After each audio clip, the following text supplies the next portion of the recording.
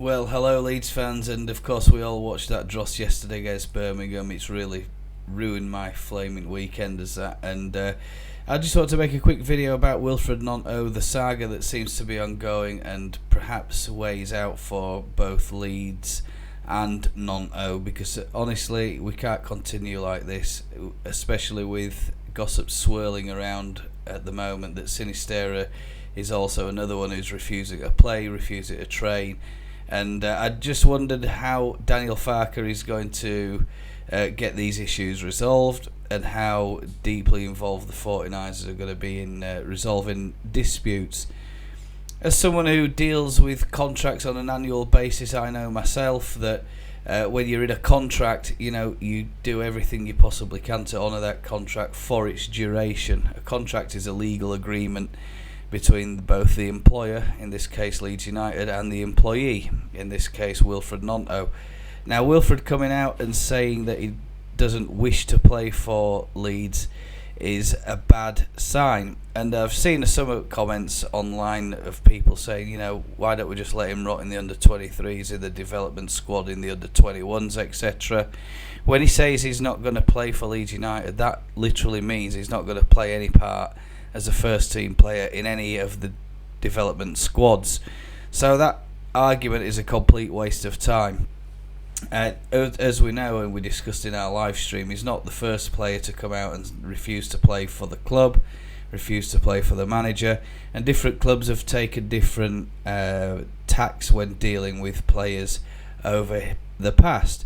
But what could Leeds United do now to try and get this issue resolved? Well, here are some outs for both parties, and let's just hope that it's in favour of the club. We desperately needed someone like Gnonto on the pitch yesterday, and that showed. And we want Wilfred to be playing for us. I don't see any reason why not. But there is a caveat or two and some considerations that perhaps people haven't really spoken about so far with regards to this saga. Let's get into it. To understand why Gnonto is behaving the way he is, I believe that we have to have a look in the past and see and try and understand what is going on with Wilfred Gnonto, what is motivating him to behave the way he is behaving. And to do that, I think we have to start back with a statement that the club released back on the 2nd of September 2022. The statement reads as follows: White's sign forward. Leeds United are pleased to confirm the transfer deadline day signing of Italian international Wilfred Gnonto. The forward joins the Whites from Swiss Super League champions FC Zurich for an undisclosed fee. He has penned a 5-year deal at Elland Road running until summer 2027. A product of Inter Milan's academy, Gnonto spent 8 years at the San Siro outfit before moving to Zurich in 2020. He made 26 appearances during the 2021 campaign before helping Zurich to a first Swiss Super League title in 13 years last season, hitting 10 goals and providing 5 assists. The 18-year-old's performances didn't go unnoticed by Italian manager Roberto Mancini, who handed him his first cap against Germany in the UEFA Nations League in June 2022. He then went on to score his first goal for his country in the reverse fixture against Germany, becoming Italy's youngest ever scorer in the process, breaking a record which had stood since 1958. So now we go on and deal with his agent, who seems to be an absolute plum of an individual, seems to be going around breaking every single rule in the professional standards game of the EFL, the Premier League, and touting his players' services when he's under contract. He's been denied contact with Everton. One assumes that the 49ers have received an official approach from Everton Football Club. Everton Football Club have not taken no for an answer, that he's not for sale. And while Leeds have assumed that everything is okay and everything's fine, they've been blindsided by the agent, Claudio Vigarelli, who has apparently negotiated personal terms with Everton, and the deal is all set to go. Leeds United just need to get his asking price sorted out. So what is the market valuation for Wilfred Gnonto in this case? Well, he still has just over 4 years left on his contract with us.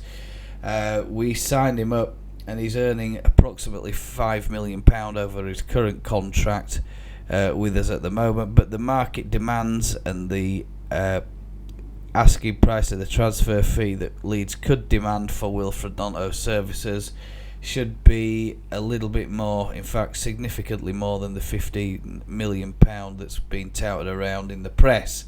I personally wouldn't let him go for any less than £40 million, in the belief that, you know, this guy is literally about to make it big. He's going to be one of the Italian superstars, I think, in the future.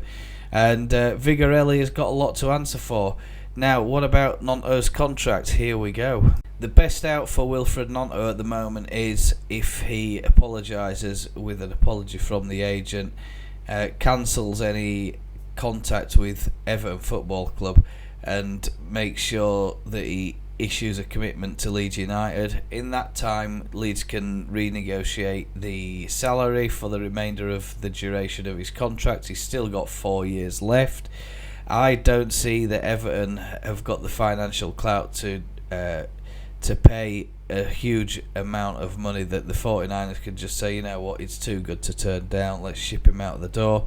At least £40 million is what we should be asking for him and his services. But as I said, I think he's been foolhardy. He's been completely misadvised.